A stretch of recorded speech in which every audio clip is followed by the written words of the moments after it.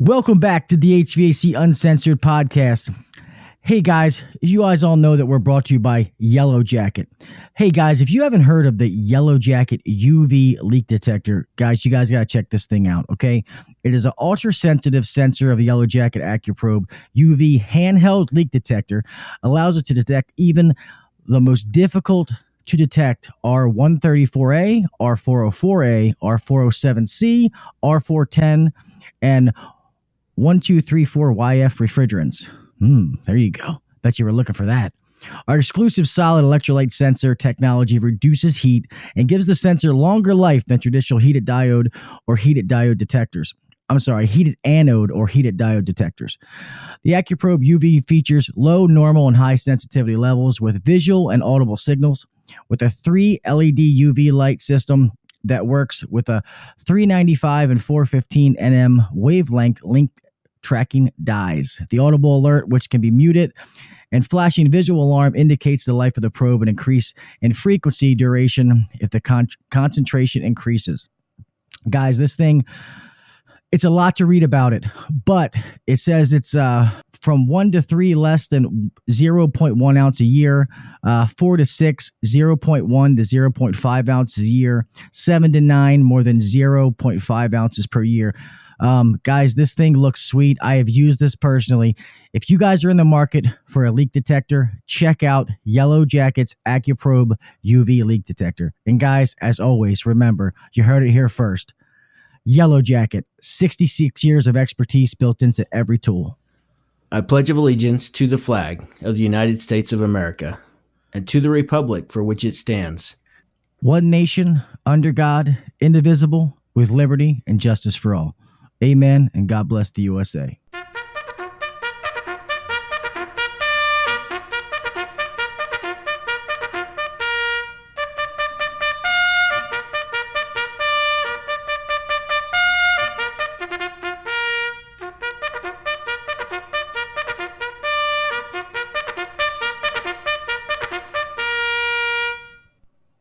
If you're trying to take your HVAC game to the next level, then buckle your seatbelt, crank up the volume, and try not to be offended. Because you're listening to the HVAC Uncensored podcast with Gil Cavey and Kelly McKay.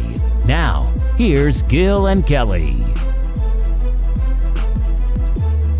Oh, what is up, everybody? Welcome to episode 23 of the HVAC Uncensored podcast. Feeling fucking fantastic this fine day. As always, I'm sitting across none other than the same guy who's there every fucking week. Sadly. Just kidding, Yeah, Mr. Kelly McKay. What's up? Sorry, that was totally annoying and uncalled for, but when it first came out, that was pretty cool. Like, everybody was saying it, so that just kind of tells how old we are. There's probably a bunch of young guys in the group that are like, what the fuck's he talking about? Yeah, they're right. Yeah. They probably don't know. And the frogs. You remember the frogs? You know, the Budweiser frog. Oh, yeah. Budweiser. Yeah. Yeah, they were fucking funny. I'm doing... go ahead. I still love the what... Go ahead. You go ahead. Ladies first, go. After you, ma'am. Awkward silence. So we're gonna give them.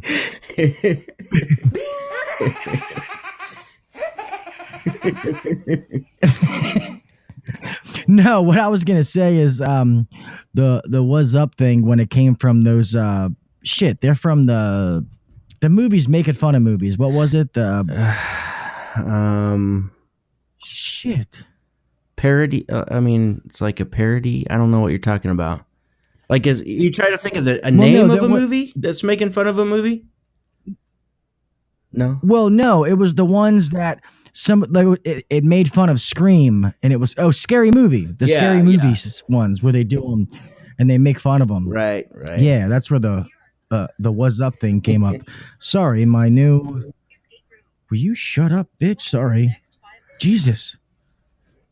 Sorry, guys. My finally upgraded my iPhone to the iPhone 10 max, and apparently it wants to keep talking to Fancy. me when it's supposed to be Fancy. shut up. Yeah. Somebody's spending Christmas bonus money now.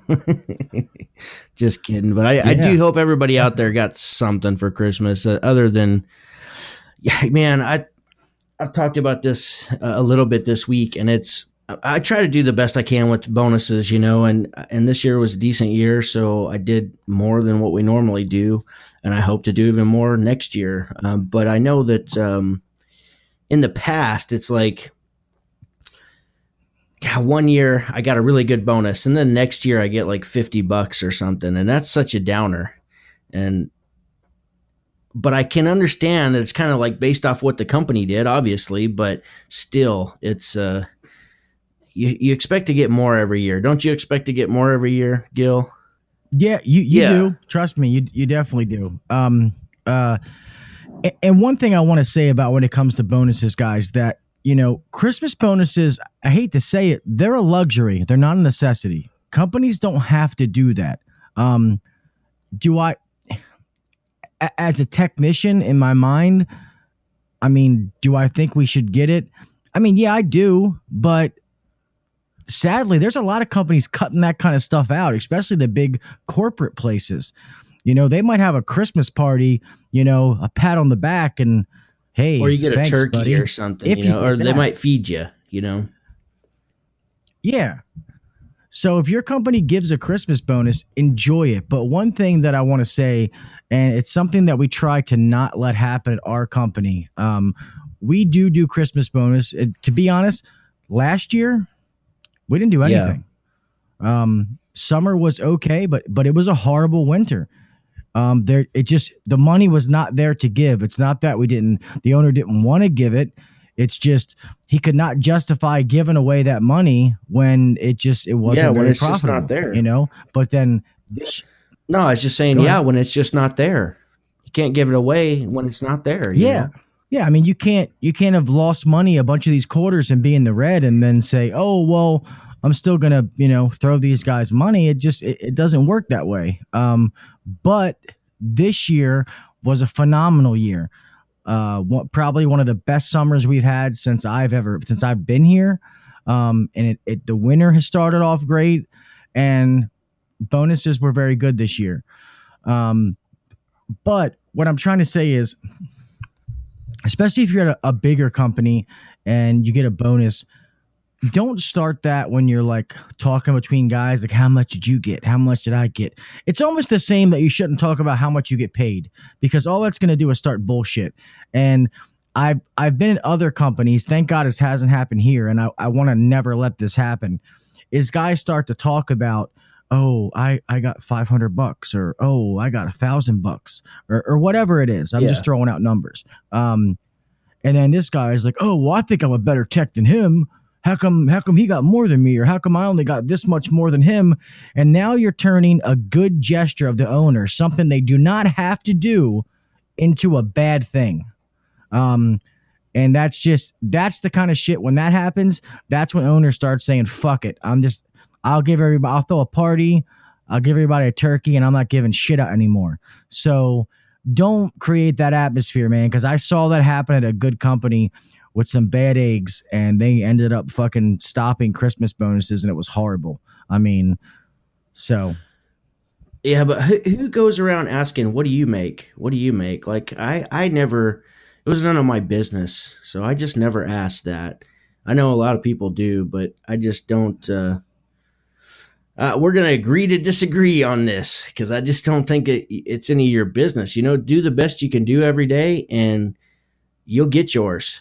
That's the way I feel. No, well, I do too. And that's why I'm saying that don't do that, because it's no. I was always the same way, but you have some of those guys out there that they're always worried about what the other guy's doing. And it's bad. I was the same way. I always worried about myself. I knew that if I concentrate on my job, I do my job to the best of my ability, that I'm going to be paid accordingly. And if I feel like I'm not being paid correctly, then that's between me and the owner or the manager or the company. Has nothing to do with anybody else and what they're doing. So I never gave a shit. I never asked. I mean, there would be some guys who would like, they would be a conversation and they offer the information up, which is kind of stupid. But even then, I still didn't care. So it's just weird. I just stay away from it. Yeah, it creates animosity between people, and and you really, it's just, you don't want to be even thinking about that. Just think about how you can improve, what you can do better, what you can bring to the company always, no matter who you are in any company, and do your best every day. Yeah, well, and plus it's like we talked about last week, how in this trade we have guys that have a lot of big egos. So when they hear that, it just creates a fucking shitstorm. So stay out of it, guys. Yeah. Worry about yourself. Take care of your own shit, and that's all you need to take care of. But we'll leave that. But I agree. Yeah, but I agree with you wholeheartedly. It's something that the company doesn't have to do it. So, and believe me, guys, out of 12 years working for several different companies, there was more than half of those years I got nothing. And they didn't even feed us. We got maybe a Christmas card that said "Merry Christmas," So it's not something. It's not something that a lot of the smaller companies they just don't do. I know that a lot of small companies also just do individual gifts. Just some little gift, something you like, and I think that's really nice. Also, because it's not always about. Everybody likes money, so. But if you just don't have the money to give, or whatever the case, if you can do something, even if it's little. So if you're a business owner out there and you haven't done anything, you can find something to do that's not going to cost you a lot of money. Even if you had a rough year and you didn't, we're very blessed and fortunate to have had a good year this year. And with the last couple of months, I can tell you I'm not going to finish as good as I thought I would this year. But that's okay. But the bottom line is, you can do something, and it means a lot to your team, and it means a lot to boost the morale and keep everybody's spirits high, no matter the situation. So do something. Even if it's, you get a card and you put $50, $20, and you put it in the card. Yeah, I'd take it. You go to that person individually. Don't do it as a group. I am all for it's individual when you do that.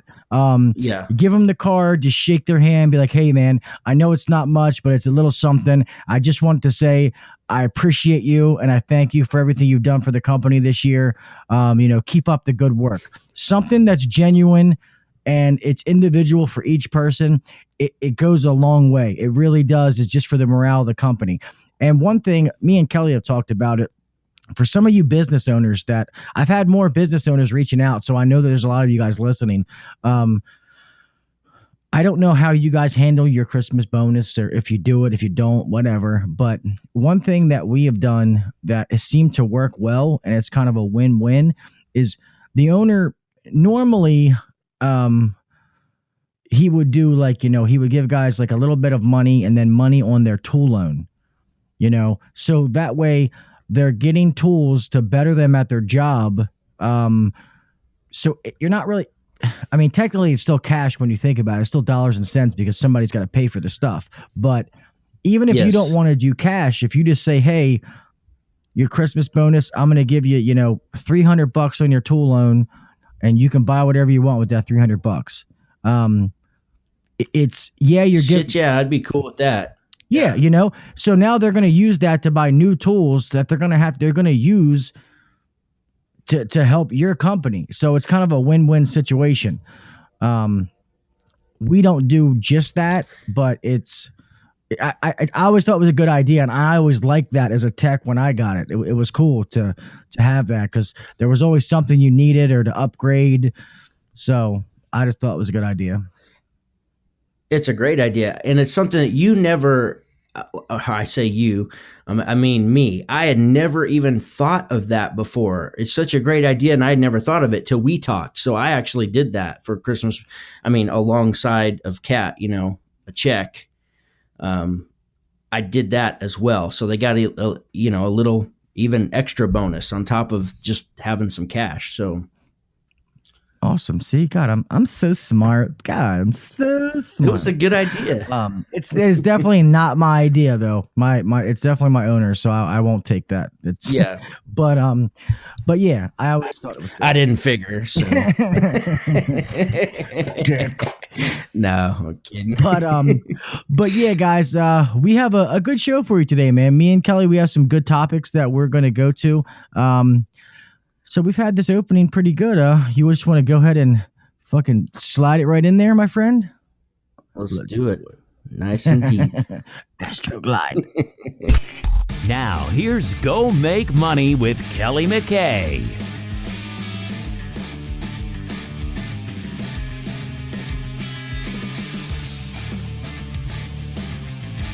I just like that music, so I like to let it play for a little while before I get into my segment. But what's up, guys? Hope you listened to last week's podcast. It was freaking killer, and we got another killer episode for you today. So what we're going to talk about is delivery of service. And so there's a certain way I want you to think about how you deliver service. And I've got a list of questions here that Gil and I are going to go through, and we're going to give our opinions, and, feel free to add some in the group, because there's going to be some stuff that we don't normally think about that we need to start thinking about. So are you ready? Ready. Okay. When it comes to delivery of service, for one thing, I learned that you want to think of it as a before unit, a during unit, and an after unit. So you want to break it into 3 categories. And what that means is, what does that before unit look like? But like before the customer calls you, for instance, like, what do you want your marketing message to look like? What do you want your copy, the writing that they see to look like? And you also have to think about how there's different stages of customers. The first stage is that they may not even know who you are. So you would want to speak to them differently than you would speak to customers who are already using you, for instance. So that's always something to consider. And this is all part of the service, but let's get into the service call. What do our customers want? I mean, like, what do they really want? So I'll start. I would say times have changed so much. When you want something, you just go on Amazon or wherever and you buy it, and a day or 2 days later, it shows up on your doorstep. So that's pretty fast service. So I know customers want it fast. They want it now, if possible.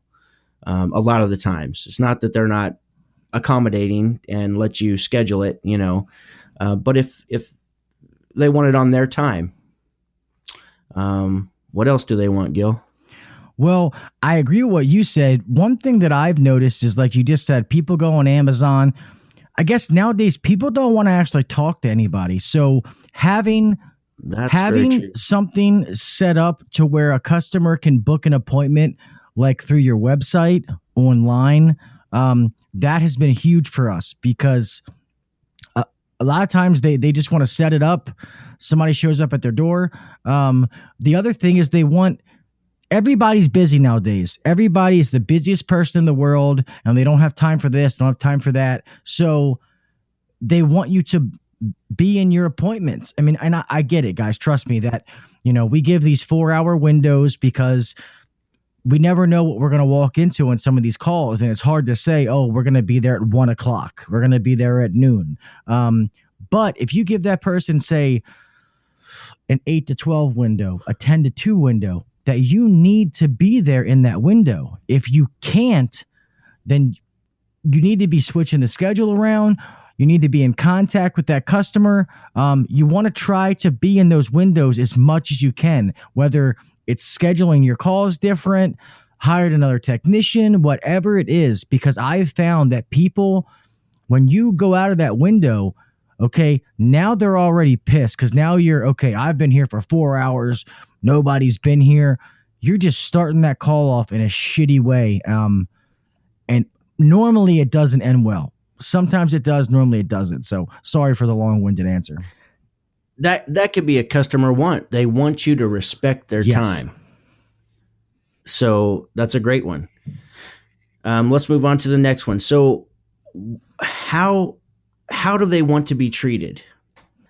Obviously, they want you to be courteous, friendly, smiling. We've talked about this in the past. They want to feel appreciated. They want to feel special, because who doesn't want to feel that way as a customer? And how many times have you been to a restaurant or somewhere where you just had excellent service? And when that happens, it's not something that happens all the time. So you remember it. So it makes you memorable when you treat somebody, like go above and beyond, go over the top for them. That's it.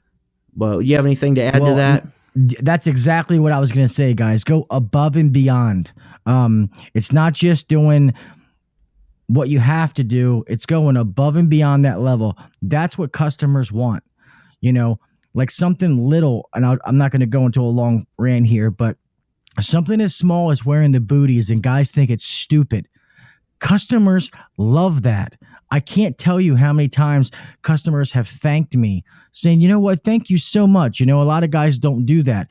And your boots might be clean, but it's just a point that you've just showed them when you first walked in the door, you greeted them, you introduced yourself, you put your booties on. It just shows that you care about their home.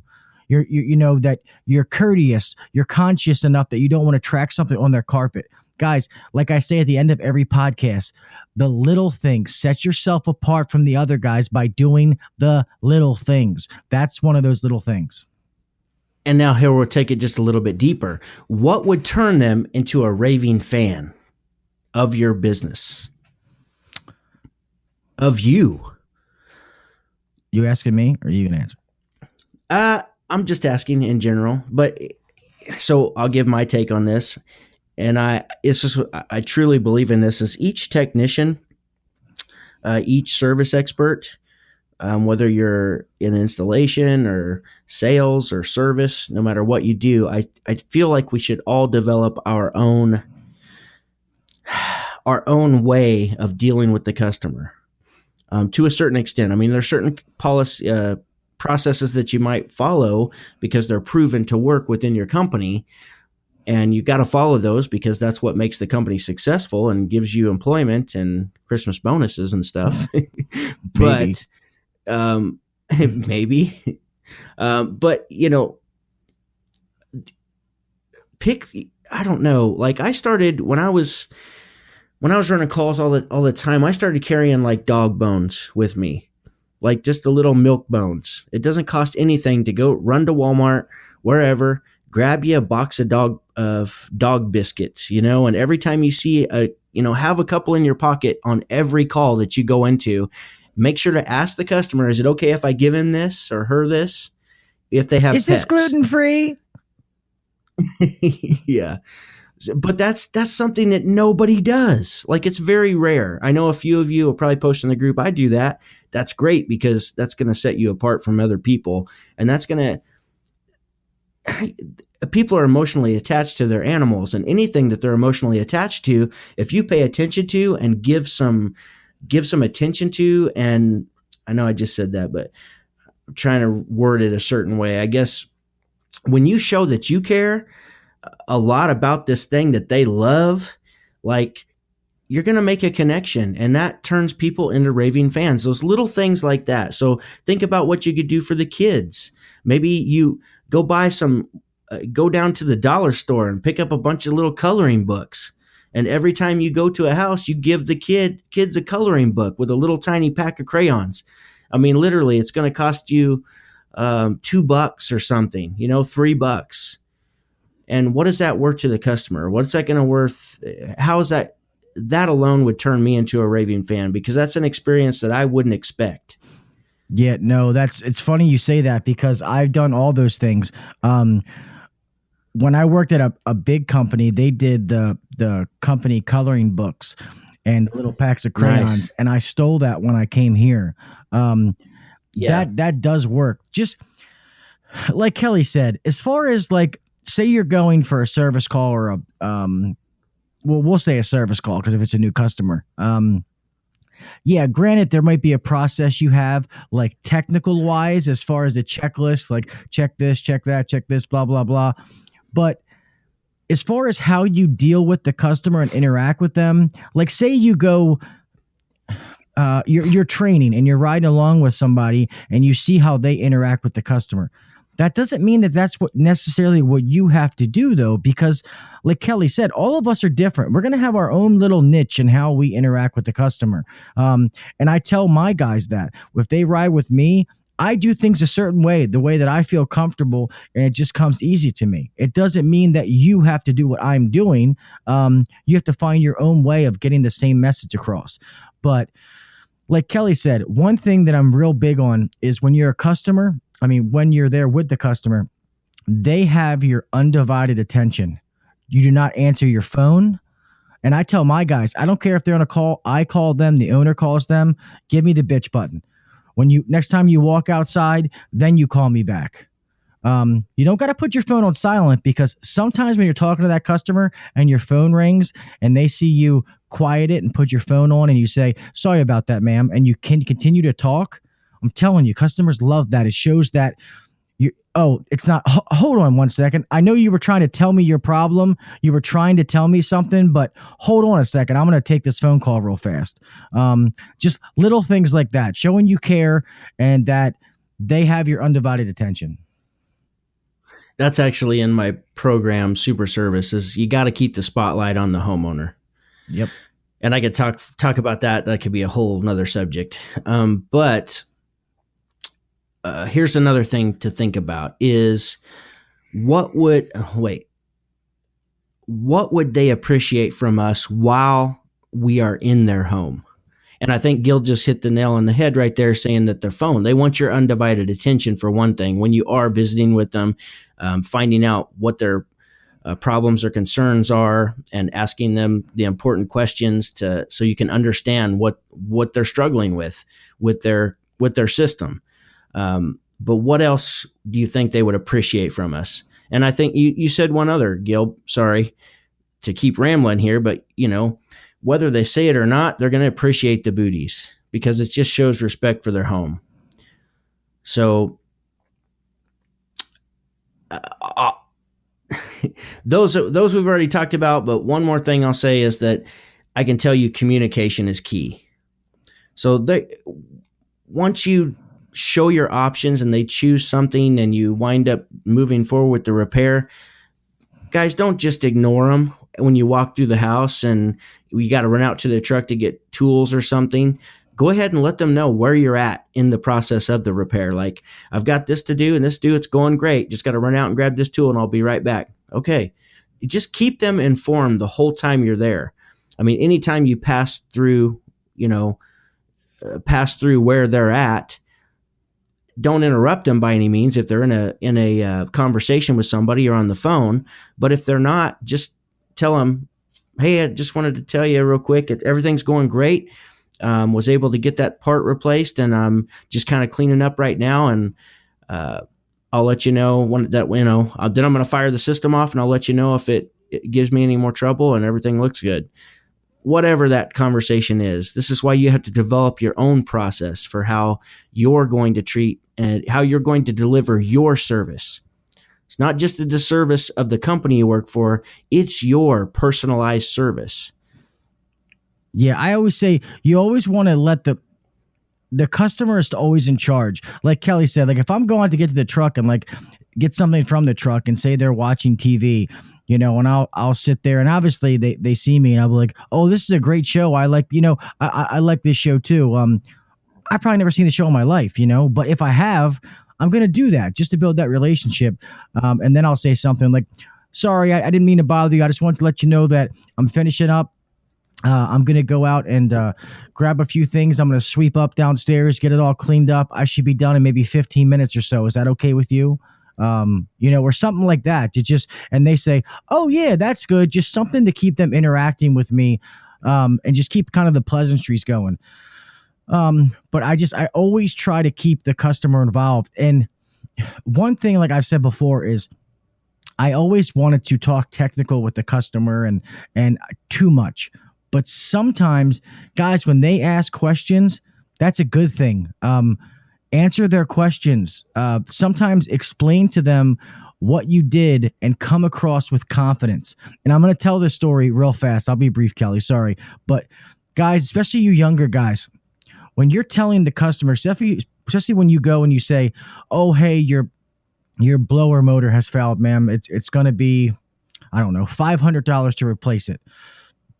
When they ask a question, you have to consume confidence. Like, that blower motor's bad. You are 100% confident, so when they write that check, they're like, okay, this is bad.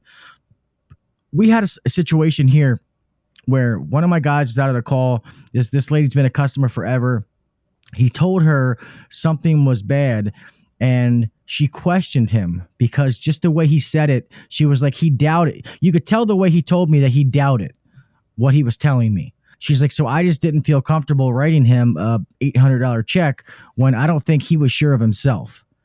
So customers want you, obviously don't be cocky, but you want to come across with confidence. Hey, ma'am, I looked at your furnace. I found that your igniter is bad. It's all cracked and white, so it has power getting to it. It's not lighting, so that's definitely bad. And while we're in there, we need to clean the flame sensor. And if I get those two things taken care of, we'll have you up and running in no time. Oh, okay, yeah, great.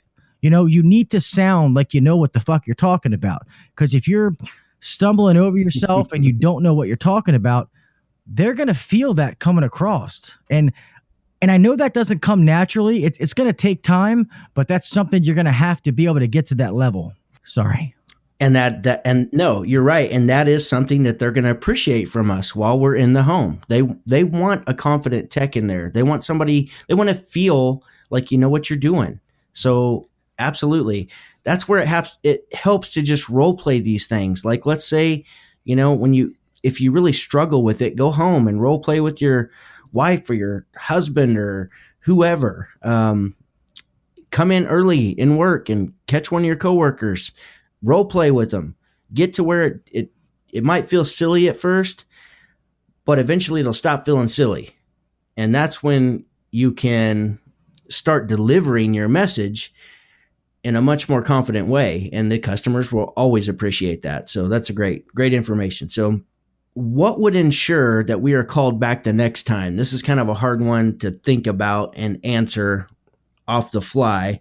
But obviously going above and beyond, providing just a crazy customer experience that's, I always say you got to, customers already expect to have quick service. They expect it to be good. They may even expect it to be great. And they expect it to be, they have all these expectations before we even show up. And so we have to deliver our service in a way we deliver the unexpected. So we always have to be thinking outside of the box of how we can go above and even if it's some little thing where you just, you give them a little box of candy. I mean, it doesn't have to be really expensive. And I would hope that the company's going to develop something for you, or when you mention this to them, or you maybe already have processes in place that you do these little things, but you don't have to spend a bunch of money on it. You can do little things like that, and that's different. Nobody's doing that. How many times have you given some candy to a customer after a service call? I would like to bet, and I hate to say it, but I'm sure a good portion of us don't. Obviously, finding ways outside of the box to deliver the unexpected is going to ensure that we get called back the next time. Do you have anything for that, Gil? Yeah, pretty much if you go through all the things that we've said previously about what to do on the service call, and I've said in other podcasts, if you do everything you're supposed to do on that call, when you leave there, they should remember your name. Oh, man, yeah. Gil, he was awesome. Not, oh, that AC tech, he was good. They need to remember your name. If you leave there and they can remember your name, then you've done your job. Not to go on another offset here, but if that call and you do your job properly, then you should have sold a service contract. So you just guaranteed that they're a customer. that you're going to be out there again.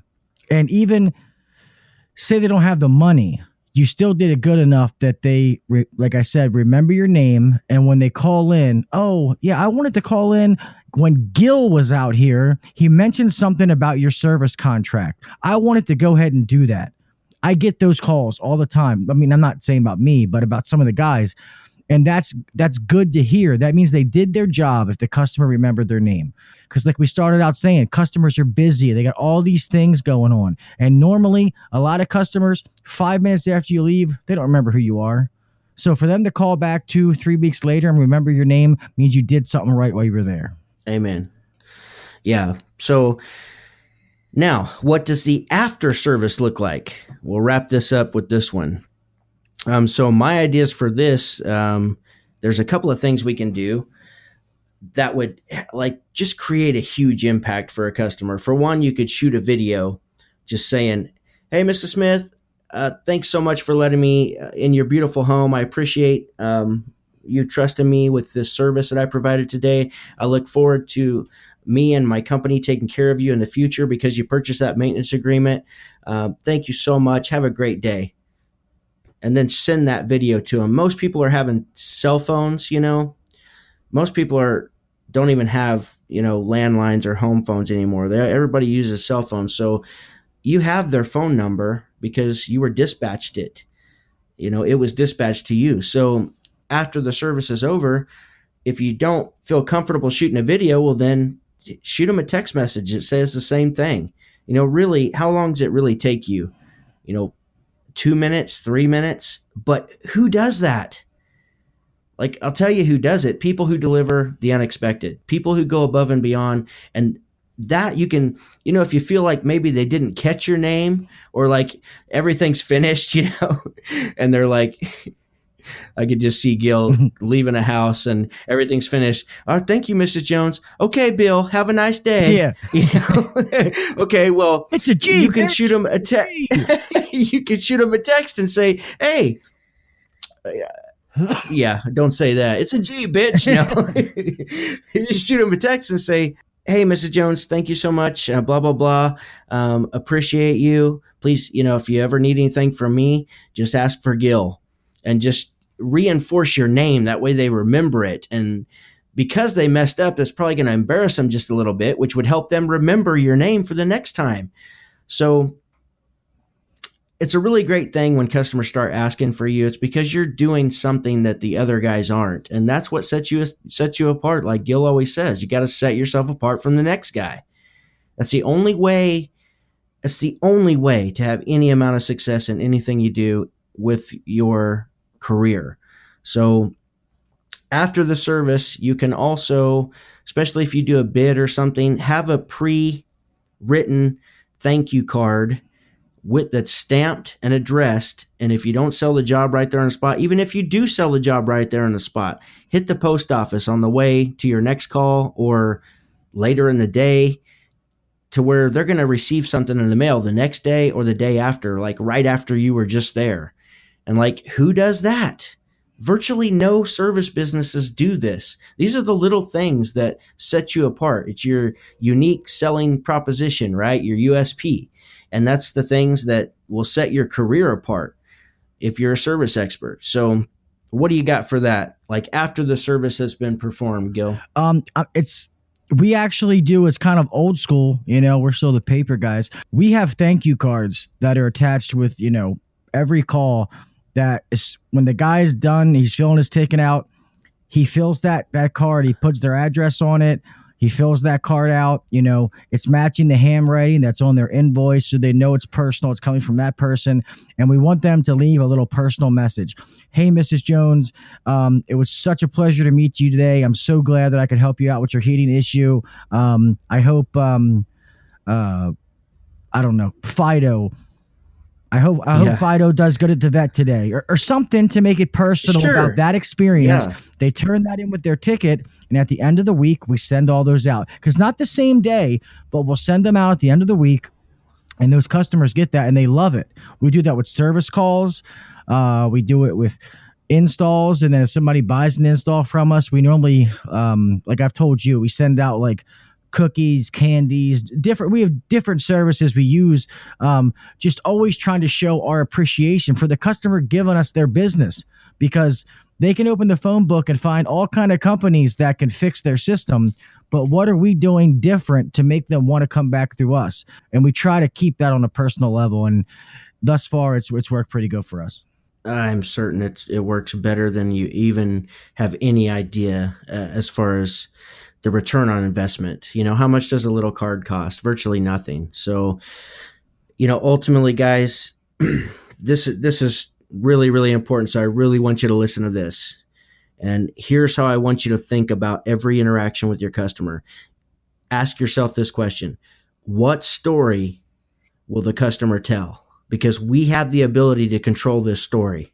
So think about that the next time you deal with the customer.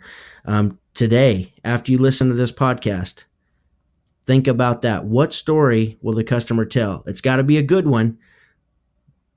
So what's that story going to look like? Because that's what's going to set yourself apart. So guys, whatever you do, however you do it, go make money. When you were saying that, I was thinking about that song, Take Back My Life song. Oh, this is my fight song. Get me all pumped up there, Kelly. Yeah. This is my right song. I don't even know how the words to that song. Yeah. All right. Now time to say what with Gil Kelley. What's up, everybody? Hey, this is my segment, but this is a topic that me and Kelly had a good, it was probably a good 45-minute conversation on the phone about, and it probably would have went further. And it's something that we wanted to bring to you guys. I don't know if this is going to be everywhere. I mean, I assume there's got to be something related to it. But if your utility company in your area, and I'm going to use, for example, here, so the local guys are going to know what I'm talking about. We have, well, should I not say the names of them, Kelly? I don't know if we should or not. Probably not. Yeah, probably shouldn't do that because these are all big companies. So your local utility company, okay? So who you buy your gas and electric from, they also have a service company, whether they do heating and air conditioning, plumbing, electric, fucking roofing, sewers, all of it. Me and Kelly have seen where it runs into problems because it's just, there's all kind of issues, and I won't say all of them because I know Kelly feels strongly on the topic just as much as I do, if not more, that it's kind of hard to do that because you have a company, pretty much it's taken money out of the rest of us pockets. It's taken business away from us because these places, they're selling the utility to the homeowner and then they're going to come fix it. It just seems like that's a monopoly. Like you can't do that. Like we have one around here that I can't say their name, but on the back of their trucks, it says blah, blah, blah is not the same regulated utility as blah, blah, blah. But let me tell you this, their name is in each other, okay? But you can go to this place, buy a new system, and you can put that cost on your utility bill. Okay, well then how the fuck are you not the same company then? And it's just, or people can do repairs and put it on their utility bill. Us out there, we can't do that. We can't finance repairs and let them pay $20 a month. We're not a bank. We're not backed by some giant corporation that's willing to take that loss. So how do you compete with that? It gets, before I start to get fucking frustrated, I'm going to let Kelly chime in because I know he has some things to say. 5 words: conflict of interest and complete bullshit. I'm totally against this. I think it's completely fucking unethical. It should not be allowed. I don't know how the hell these companies are getting away with this. How can you possibly provide the fuel for that appliance and work on that appliance and replace that appliance? Because we ultimately, the end of our conversation the other day was, here's the best way to help me describe it, is that Gil was talking about some oil companies. So some oil companies, they provide the oil for the furnaces, the oil burning furnaces and whatever's used to heat the home. Well, that's one thing, because you could go into, me or Gil could go into the oil business and we could sell the oil and work on the equipment. Here's what we can't do. We can't provide natural gas to these homes. Like, we can't go and run gas lines to a home. And because of that, we should not be allowed, if we were providing the gas, we should not be allowed to work on the appliances in the home that use that fuel to heat, to cook. It's completely unethical. And I don't know how it ever got passed or happened, but I'm extremely passionate about it. And when I found out about it, I had a customer, this is about 3 years ago, I had a customer that called us and said, hey, I want you to come work on this because I don't trust these guys, even though they're providing the gas to the home. But I just feel more comfortable with you. So I was flabbergasted. I was like, how long has this been happening? So yeah, I'm extremely passionate about it. It should not be happening. It disgusts me. And I wish, I don't know what to do about it, but I think we should have a freaking uprising and get it stopped. Yeah, I mean, it's me and Kelly have talked. I know that, like, we try to do financing and we try to finance repairs when we can, but normally it has to be over a certain amount of money for it to be worth us to do it, because we have to pay a percentage of it and it'll just become a headache.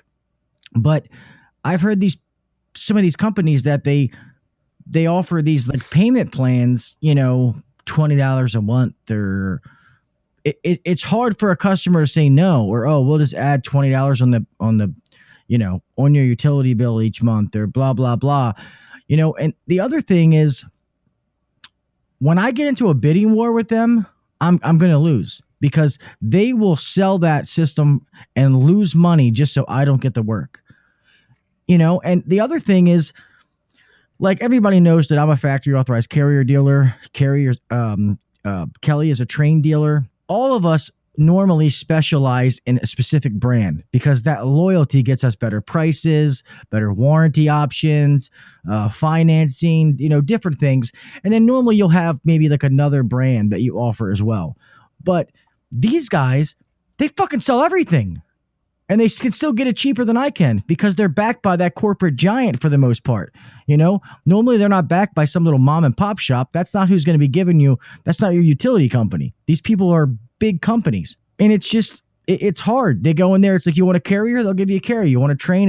A Lennox, a ream. And when I see that, it baffles me. It's just, it's the rest of us. It's just, how the fuck do you compete with that? It's just, it's very hard. And I want to make it known real fast for any of you technicians out there, if you work for these companies, guys, we're not mad at you. We're not talking about you, because we understand that I was actually going to say that. Yeah. It's your employment. We understand you're just doing your job. We get it. We're talking about, your bosses, the people at the top who are making this happen. So I don't want any of you guys to get offended or get upset with us, because you guys are not the guys we're talking about. I understand you guys are just like us. You're doing your job. It's just the system and how it works. I don't understand it. To be honest, you know what? If any of you guys out there listening, if you do work for one of these companies, please email us, message us, put it in the group, because I would love to know how you feel about this from the inside out. If you actually think about it, spin it around and just think about it from the other side. And I would love to know how you guys feel about this. So HVAC Uncensored at gmail.com, the Facebook group. You can hit us up on Instant Messenger. You guys know all that. But I would love to know that. But go ahead, Cal. Yeah, we could even have you on if you'd be willing to come on and speak with us about it. Just because, and we certainly wouldn't bash you in any way, shape, or form. It just, the bottom line is, we don't have the ability as business owners, to my knowledge. I don't know how on earth we would ever get to the point. It's like, it's not, and I know life isn't fair, and I know business isn't fair, and I understand all of that, but I don't know how this ever happened.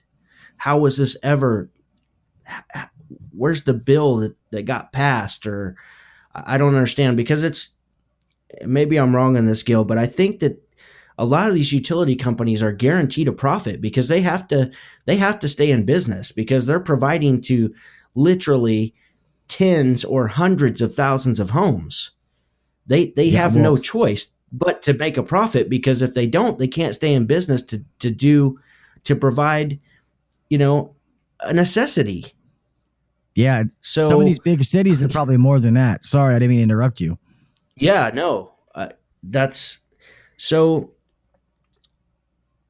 It just, because if I'm right, and correct me if I'm wrong, but if they're guaranteed a profit, well, they can sell jobs they can lose money on jobs just to steal it from the other small companies around.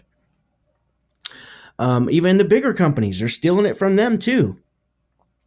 But they could sell the job, take a loss, and adjust gas prices to ensure their profit. So it's absolutely unethical. I don't care, no matter how you look at it, it's just unethical. It shouldn't be allowed. And I don't know how it ever got passed or how this ever happened. But if you guys have ran into any of this and you've lost bids, hit us up. Let's talk about it, because I'm really passionate about this. I wish we could get a huge group together and get it shut down, get it stopped. Guys, if you're any good, if you're a service tech, a service expert, and you work for one of these companies, you can go to work for anybody. You already know that. So I wouldn't worry about, if we were actually could have a rise, an uprise, and actually change the tides on this, then employment's not a problem for you. But gosh, this is just, man, I'm sorry. I'm not trying to get so worked up, but this absolutely infuriates me. No, and don't forget, and this is a point that you actually brought when we were talking, is also they get their profit and they can sell that job and lose money because they can just raise the cost of the gas or the electric they're selling you. They're always going to get their money. And I do think you're right that they signed a contract. They signed a contract with the state, the city, whatever, somehow. But remember what I told you is, I think a way they got around here, and I don't know how some of you other guys are, is they deregulated the price of electricity. I don't think it's gas. I think it's just electricity, where technically we can buy it from these different companies. But that utility company still provides, our bill still, my bill wouldn't change, except it would have one part. It would say provider, whatever company I chose, and whatever I'm paying for that kilowatt hour. And I think that's how they get away with it, because they say, oh, well, you don't have to buy it from us because you could buy it from somebody else. Because before it was like a monopoly. Whatever they charged, you had to pay, because there was, where the fuck else are you going to get it at? Exactly. So, but I don't think that's with gas, though. I only think it's electric, to be honest. I almost think gas, I don't know. The company that I was dealing with, through the longtime customer of mine, it was gas.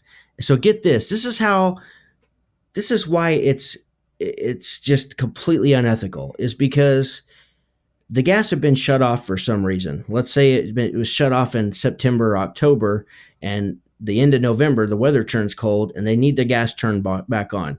This company comes out, takes their lock off of the gas because they paid their bill. They go to turn it on. The furnace doesn't work. Oh, hey, ma'am, we can actually look at that and fix that for you, and it's only going to be $10 extra a month on your bill once after they diagnose it. So let's say they find that the gas valve has failed, and it's going to be $600, $700. They could charge whatever they want because they can split it up into payments. And the customer's like, well, he's already here. I need my heat on. It like bamboozles the customer. And they didn't even call them. They called them to turn the gas back on. They didn't call them because they didn't have any heat. So it's complete bullshit. Yeah, I don't know. And then that's when politics get involved, and we all know whenever politics gets involved in our trade, they're always fucking something up. just like refrigerant and everything and manufacturing, whatnot. It's just, it always gets fucked up. And you never know what these greasy politicians are doing with these corporate fuckos and, putting something in somebody's pocket, lining somebody's pocket just to get what they want. So it just seems, I don't know. Like Kelly said, it's fucked up because, like I said, I've went on these guys and I've lost bids. And sometimes it's been offering the same product that I get. I know we're getting the product from the same fucking dealer and they can sell that job, $3,000 cheaper than me. And I just know that there's no fucking way they can do that and make a profit. How am I supposed to compete against that?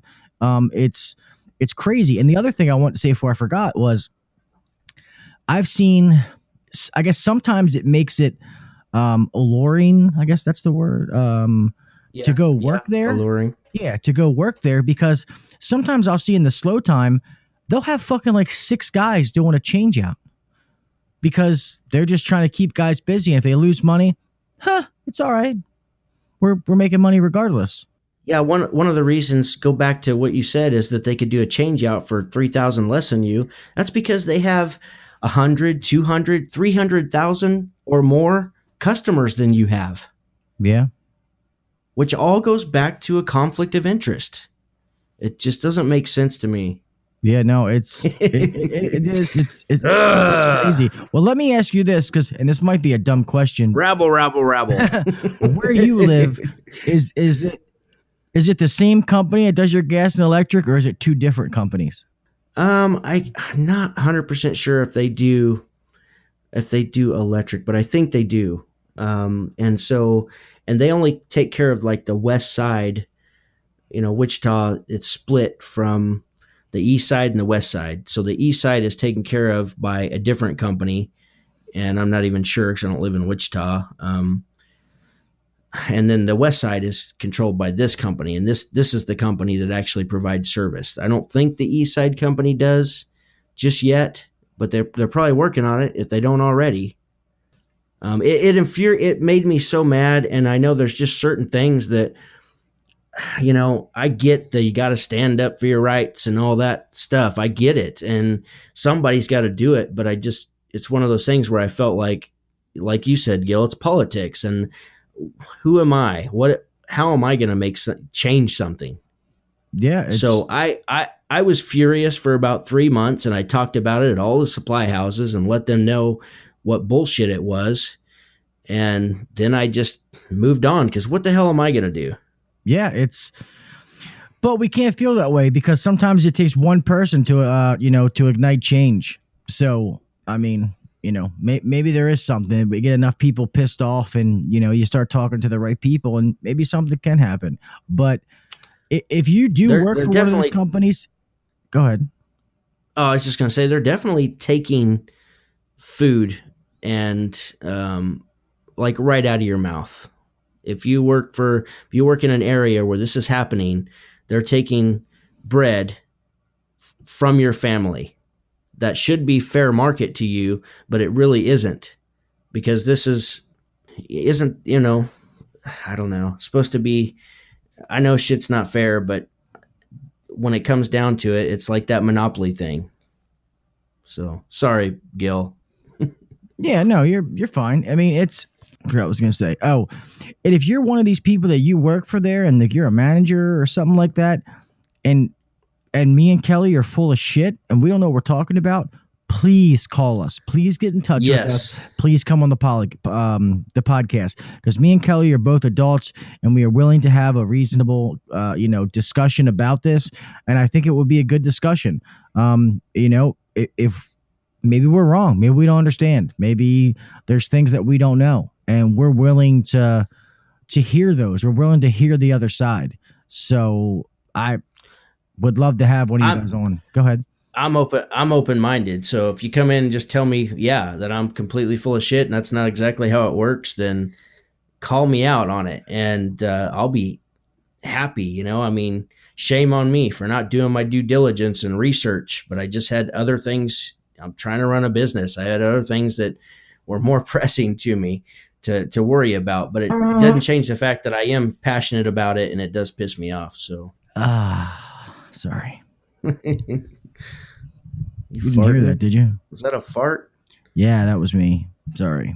That was nice. Yeah. I did hear that. The microphone's a little ways away. Might check the old pantalones. That was not from the soundboard. That was from the host ass. But all right, guys. Yeah, we've been talking here for a little bit, man. I hope you guys enjoyed the show. But let's go, Kel. Let's start closing it out, my friend. Thank you guys for, making us the number one podcast that everybody seems to be copying. Everything that we've done is getting copied. So it's really funny. So, so it gives us a good laugh. So just keep on copying us, you fuck sticks. And also I just want to say, we don't always sell back to the delivery of service. We don't always sell a sexy product. But the customer experience must be sexy. So make it sexy, guys. Thank you guys so much. And, go make some money. Yeah, guys, as always, thank you so much. And as far as what Kelly's referring to, that is made to a particular person. Yeah. So... Yeah. Sorry, I fucking stopped thinking there for a second.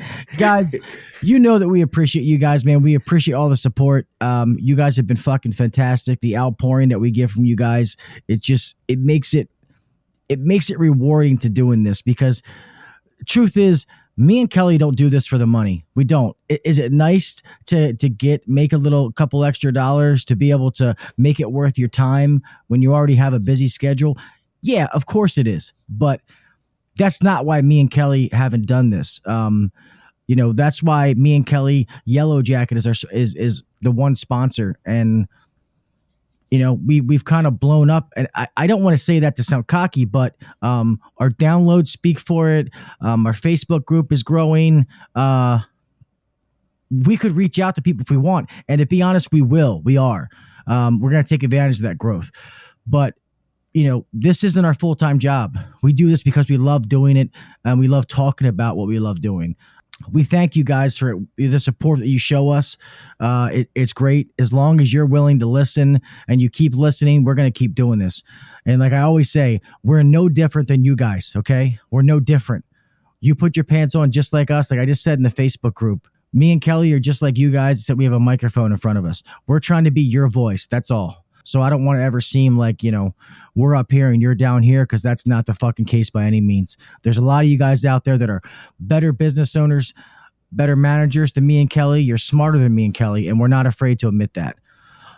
With that being said, guys, you know by now, you know the spiel. You know how to check us out. We're on all the major podcast apps. I've said them 100 times. You know them. Facebook group is growing like crazy, like wildfire. Thank you guys so much to all the new members. We appreciate you guys. You guys fucking rock.